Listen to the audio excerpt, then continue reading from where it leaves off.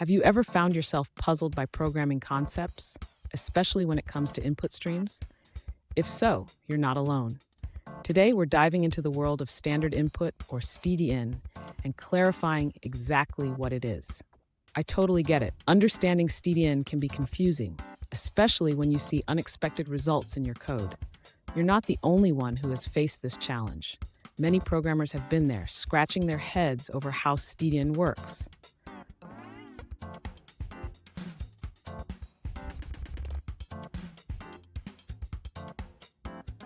Let's take a closer look at the specific question that sparked this discussion. One user asked, "What exactly is Stdin? Is it a pointer? I tried to print its size and got some strange outputs.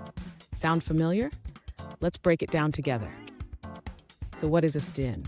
In simple terms, Stdin is a predefined file stream in C that allows you to read input from the keyboard. It's not just a pointer, it's a representation of the input stream that your program can read from. Let's explore how it works. And stick around. By the end of this video, you'll have a clear understanding of Stdin and how to use it effectively in your programs. First, let's clarify what Stdin is. Stdin, or standard input, is a predefined file stream in C that allows the program to read input from the user. It is indeed a pointer, specifically a pointer to a file structure. Next, when the user uses the size of operator on Stdin, they get the size of the pointer itself, which is 8 bytes on a 64-bit machine. This is why the user sees a size of 8. Now, regarding the fgets function, it reads a line from a Stdin into the array. If the input exceeds the size of the array, the remaining characters stay in the input buffer, which is why the user sees leftover characters when printing Stdin. The user also mentioned an error when comparing the dereferenced Stdin. This is because Stdin is a file pointer, and comparing it directly to a string is not valid. Instead, the user should read from Stdin and compare the input string.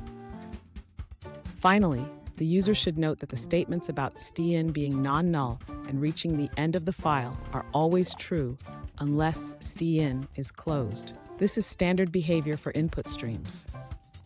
Fun fact, the concept of Stdin has been around since the early days of programming. It's a fundamental part of how we interact with our programs, and understanding it can really enhance your coding skills. Now, let's look at the answers provided by other users. This user explains that Stdin, which stands for standard input, is a pointer to a file type. It can only be manipulated using specific functions. The file type is typically a structure that includes an integer file descriptor and a character buffer for buffered input and output operations. Stdin is usually connected to the terminal, a pipe, or a file, and is opened in read-only mode. Additionally, the user mentions other standard streams like stdout for standard output and stderr for standard error, which are opened in writing mode. Let's move forward and look at another answer. This user explains that Stdin is an abstraction of the standard input service provided by the operating system. It is modeled as a stream, allowing for input to be read in a structured way. Let's take a moment to review another user's answer.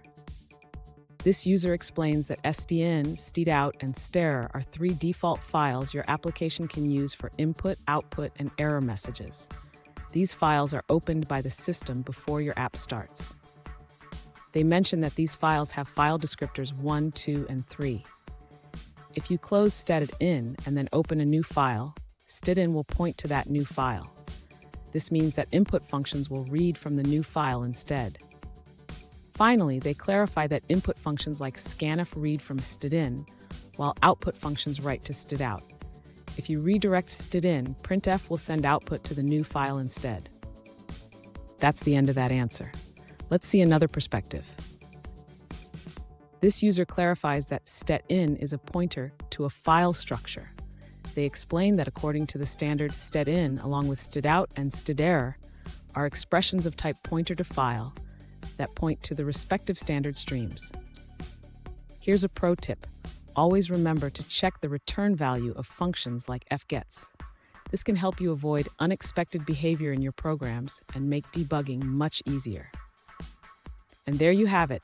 You now have a clearer understanding of Stdin and how it works. If you found this video helpful, don't forget to subscribe for more programming tips and tricks. Keep coding, and see you next time.